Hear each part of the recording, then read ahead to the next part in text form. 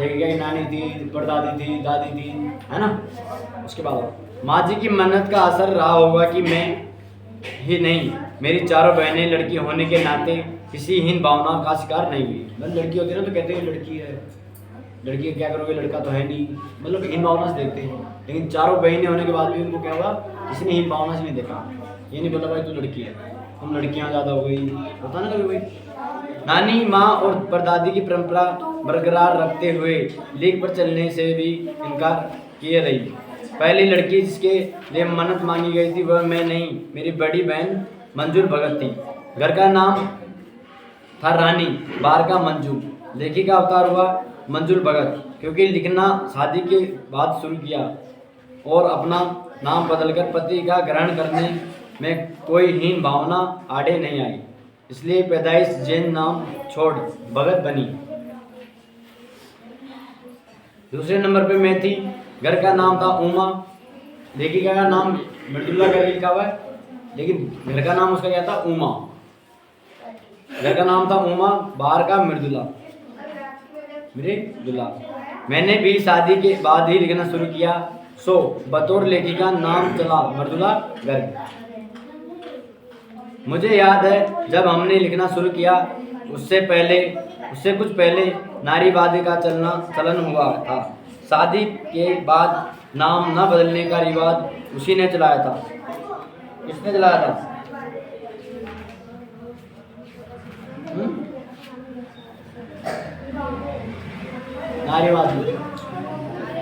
नारीवाद होता है कि नारीवाद।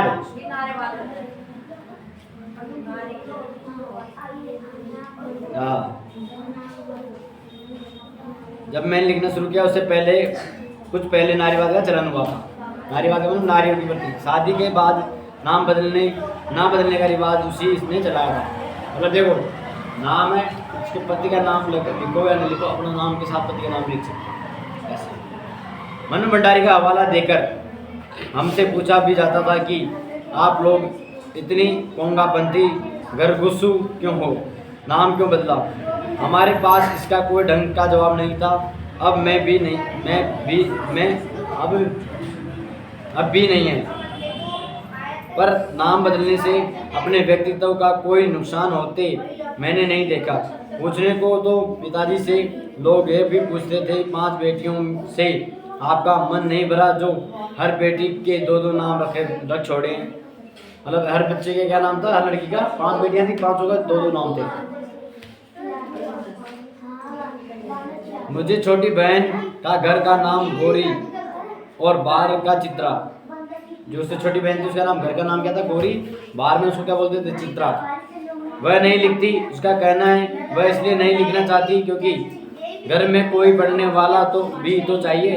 खैर उसके बाद जब 4-5वीं बिटिया पैदा हुई तो पिताजी ने इतनी बात जमाने की सुनी कि उनका एक नाम ही रखा, रेणु और अचला। सबसे छोटी बहन का नाम रेणु और अचला। 5 बहनों के बाद एक भाई हुआ, राजीव। भाई का नाम क्या था, राजीव। मजे की बात यह है कि बीच की 2 बहनें ही लेखन से बची रही। अचला और राजीव फिर उसमें जा फंसे। अचला मुझसे 8 साल छोटी है और वक्त के बदलाव की लाज रखते हुए अंग्रेजी में लिखती है, पर राजीव फिर हिंदी के हवाले। राजीव उसको ना उसका भाई, और फिर वो हिंदी में लिखने लग गया। हम 4 लिखते हैं और तमाम खानदान हमें पढ़ता है। मेरे ससुराल में मुझे कोई नहीं पढ़ता। क्या कह रही, मेरे ससुराल में मुझे कोई नहीं पढ़ता। मतलब वही है ना, घर का जो मतलब आदमी जो पास होता ना, जिससे अपने फैमिली वाले हैं, तो अपने बहन भाई, अपने घर वाले हमारे ना तो हमने पढ़ेंगे ना हमारे कोई काम अच्छा करेंगे ना। घर का मतलब घर का बच्चा किसी को अच्छा नहीं, मतलब वो कितना अच्छा काम करे वो नहीं लगता है, हाँ ठीक है, नॉर्मल लगता है घर वालों को। जब बार-बार बोलिएगा वो यार इतना बड़ा काम करता है ना। किसी को बोलो आप कि मैं क्रिकेट में ना बढ़िया, मतलब बहुत अच्छा क्रिकेट खेलता हूँ, तो घर वाले कहेंगे बस पढ़ाई कर। बार बार कहेंगे अच्छा खेलता है, तो देखेंगे तो आपको कहेंगे सही, बात में सही खेलता है। घर वाले नहीं कहेंगे, घर वाले कहेंगे टाइम खराब कर रहा है, ये कर रहा है, वो कर रहा है।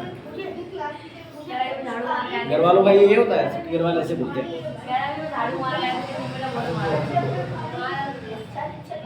मैं तो अब छोड़ दिया हटा।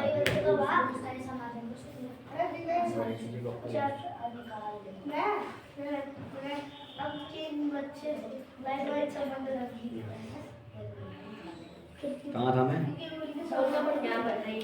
पेज बोल दिया तो मैं बात कर। पर राजीव क्या था? हिंदी की हवाले था, मतलब उसका भाई जो क्या था वो हिंदी में लिखता था। हम 4 लिखते हैं और तमाम खानदान में पढ़ता है। मेरे ससुराल में मुझे कोई नहीं पढ़ता। इस तथ्य को हजम करने के में मुझे काफ़ी वक्त लगा। मतलब वही होता ना कि अब फैमिली वाले अगर ना सोचे उन चीज़ों का, यार ये बंदा कर रहा है, कैसे कर रहा है, क्या नहीं कर रहा, तो उसको जो करता बंदा उसको लगता है यार क्या चीज़ है, कहाँ कमी रह रही कि मैं इतना सही कर रहा हूँ। तो लेके क्या करिए, मैं इतना बढ़िया लिख रही हूँ, कहाँ क्या कमी रह रही है कि मेरे को घर वाले नहीं पढ़ रहे, भाई मेरे ससुराल वाले ही पढ़ना नहीं चाहते, तो क्या कमी है। हाँ, हजम करने में मतलब ये बहुत दुख होता था। ये इस बात को देख सोच कर लगेगा बहुत दुख होता था यार मेरे घर वाले ही, मतलब ससुराल वाले मुझे नहीं समझते। मैं इतना कोशिश करके अच्छा लिखने की, अच्छा लिख रही हूँ, लेकिन घर वाले क्यों नहीं पढ़ना चाह रहे। तो उसको सोचते सोचते बहुत टाइम लगेगा यार क्या क्या क्या, फिर उसका छोड़ना, नहीं पढ़े नहीं पढ़ते ना पढ़े, है ना, और तो पढ़ रहे हैं ना, वो ये सोच ली लास्ट में यही होता है। फिर उसके फायदे भी नजर आने लगे। कम से कम घर के भीतर तो मुझे हिंदी आलोचना बुद्धि के 2-4 नहीं होना पड़ता। मतलब अब कोई हिंदी पढ़ने वाला होगा, कहीं गलती होगी तो कहेगा नहीं तूने यहाँ गलती करी, यहाँ गलती। गलतियाँ कौन बताता? अपने ही बताते, बाहर वाले नहीं कहेंगे कि तू गलती कर रहा, अपने ही बोलते कि गलती कर रहा। लेखिका की बड़ी बहन का नाम क्या था? मंजुल भगत। लेखिका को घर में किस नाम से बुलाया जाता था? उमा। लेखिका के रूप में, बेटा मैं क्वेश्चन बोल रहा हूँ, लेखिका के रूप में वह किस नाम से प्रसिद्ध हुई? मृदुला कर। लेखिका कितने बहनें थी? 5, छठा भाई था। तुम दोनों कौन सी में हो? 8 में हो ना तुम दोनों? तो 8वीं में हो ना? खैर मैं अपनी नहीं उन देवतियों की बात करना चाहती हूँ जो हर परदादी की मन्नत से बेटा चुप रहो, परदादी की मन्नत से नती जतन धरती पर आई और लेखक नहीं बनी। मतलब ऐसी महिलाओं की बात कर रहा हूँ मैं जो क्या करी, धरती पर आई लेकिन लेखक नहीं बनी। जो बनी उन्हें सांस लेने की जरूरत कुछ ज़्यादा हो समझ आता है। ये जैसा मेरे पिताजी ने एक बार मंजुल से कहा था, मंजुल कौन? उसकी बड़ी बहन। मंजुल से कहा था, क्या कहा था? कोई दम नहीं घुटता, सांस लेने की जरूरत ही ज़्यादा है। पर यहाँ तो हम शेर तो गैर लेखिका बहने सवा शेर। भाई हम तो लिख ही रहे हैं, लेकिन दूसरी जो है वो सवा शेर है। चौथे नंबर वाली रेणुका आलम यह था कि गर्मी की दोपहरी में स्कूल से वापसी पर जब गाड़ी उसे और उससे छोटी बहन अचला को बस से में लेने जाती तो रेणु उसमें बैठने से इनकार कर देती। उसका कहना था कि यूँ थोड़ा सा रास्ता गाड़ी में बैठकर तय करना सामंत शाही का प्रतीक था, जो शाहिद था, पर साथ ही पिता के अतिरिक्त लाड का भी, और रसोइये को खाना खिलाकर जल्दी फायरिंग करने की लाचारी का भी। फायरिंग मतलब हाँ, जल्दी जल्दी उसको काम करने के लिए। माँ तो सब चीज़ों से उदासीन रहती थी, पर पिता काफ़ी कूदते ढूंढते जब देखते कि अचला गाड़ी में बैठ चली आ रही है और रेणु पीछे पीछे पसीने में तरबतर, रेणु को है उसकी बहन, तरबतर खरामा। बचपन में एक बार चुनौती दिए जाने पर उसने जनरल थी मैया को पत्र लिखकर उसका चित्र मंगवा लिया था, जो एक मोटरसाइकिल सवार जवान आकर उसके हाथ में दे गया था। पड़ोस में उसका रुतबा काफ़ी बढ़ गया था। गाड़ी में बैठने के साथ उसे इम्तिहान देने की भी परहेज था, मतलब पेपर देने से परहेज था। स्कूल तो जैसे पास कर लिया, पर जब बीए का इम्तिहान देने की बारी आई तो वह अड़ गई। पहले मुझे समझाओ कि बीए करना क्यों ज़रूरी है, तब मैं इम्तिहान दूंगी, मतलब पेपर दूंगी। अगर मुझे यकीन आ गया कि हाँ कोई फ़ायदा है वरना नहीं। हमने तरह तरह के तर्क दिए।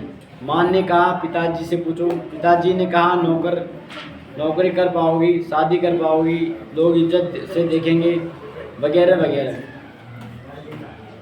कोई तर्क विश्वसनीय नहीं लगा, न रेणु को न खुद उन्हें। आखिर उन्होंने उसी कुतुर का सहारा लिया जो युगों से माँ बाप के काम आता है। कहाँ बीए करो क्योंकि मैं उन्हें हाँ, कहा बीए करो क्योंकि मैं कह रहा हूँ। पिताजी कह रहे हैं भाई बीए करो, इसलिए बीए करनी पड़ेगी। रेणु ने बीए कर तो ले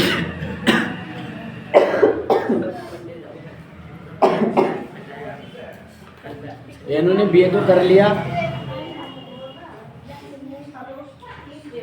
पर सिर्फ पिताजी की खुशी के लिए, यानी पास होने लायक नंबर लाकर। सच बोलने में वह माँ से भी एक कदम 2 कदम आगे थी।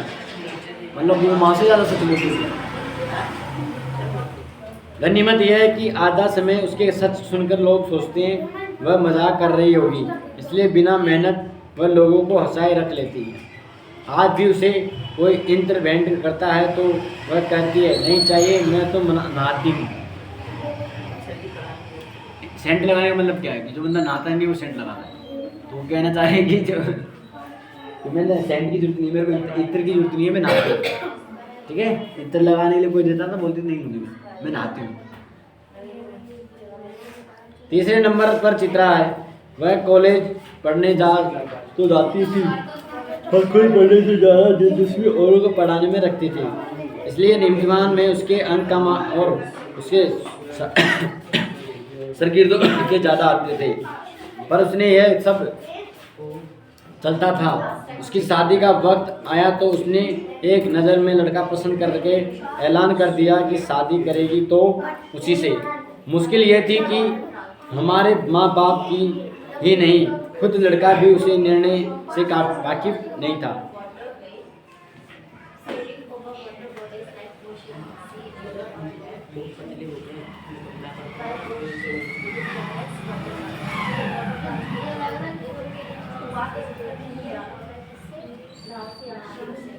ठीक है, कौन सी बहन ने मतलब लड़का पसंद किया था तो क्या नाम था उसका? चित्रा ने खुद ही लड़का देखा, भाई मैं इससे शादी करूँगी। घर वालों को बोल दिया भाई मेरे को शादी करनी है तो किससे करनी है? इसी लड़के से करनी है। मुश्किल ये थी कि हमारे माँ बाप ही नहीं, खुद लड़का भी निर्णय से वाकिफ नहीं था। पर उसका कहना था वह जो सोच लेती है करके रहती है, तो उसकी शादी उसी लड़के से हुई। कोई मुश्किल पेश नहीं आती क्यों? उसने कहा मैंने पहली मुलाकात में ही उसे बतला दिया था कि मैं जो सोच लेती हूँ होकर रहता है, तो उसके बाद आगे खींची ही नहीं, पहली मुलाकात से ही हथियार डाल दिए थे। लड़के ने बोला ठीक है, लड़की ने बोला कि मैं तेरे से शादी करूँगी। लड़के ने लड़का बोले क्या? वो उसने बोल दिया कि चाहे जो हो जाए, जो मैं बोलती हूँ वो होता है, शादी होगी तो तेरे से होगी बस। तो लड़का भी सोच लिया भाई ठीक है भाई तेरे से मेरे से होगी तो अब क्या करूँ। उसने कुछ बोला ही नहीं उसके बाद, शादी कर ली। लेखिका की सबसे छोटी बहनों के नाम क्या है? रेणु और अचल। ठीक है, क्या नाम है दोनों के? रेणु और अचल है।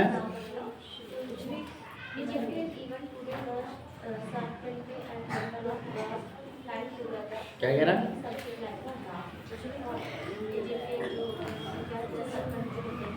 दूसरा देखो, जनरल मिथिया को पत्र लिखकर उसका चित्र किसने मंगवाया था? रेणु ने। बताऊं मैं? किसने मंगवाया था चित्र? किसका चित्र मंगवाया? जब मैं पढ़ा रहा हूँ इधर ध्यान दीजिएगा, मैं मूड पहले बता रहा हूँ। मैं जनरल मिथिया का चित्र किसने मंगवाया था पता लिखकर? रेणु ने।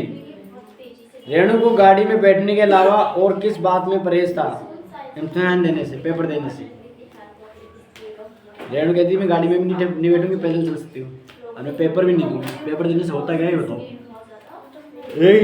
कौन सी बात पढ़ने से ज़्यादा दूसरों को पढ़ाने में दिलचस्पी रखती थी? तो तीसरे नंबर वाली, जिसका नाम क्या था? चित्रा। कितना बड़ा चैप्टर है भाई। एक पता नहीं रह गया इस वर्ष। एक बच्चा चलो हो जाएगा। फिर शाम में लड़कियों के साथ पढ़ा देंगे, लड़कियों को पढ़ाना इतना ही बहुत है। पहले शास्त्र किया था यहाँ से लेके मतलब ये वाला पूरा कल सुबह पढ़ा, शाम को पढ़ा, छोटा ये 10-15 मिनट लगेंगे। कल चैप्टर आज चैप्टर पूरा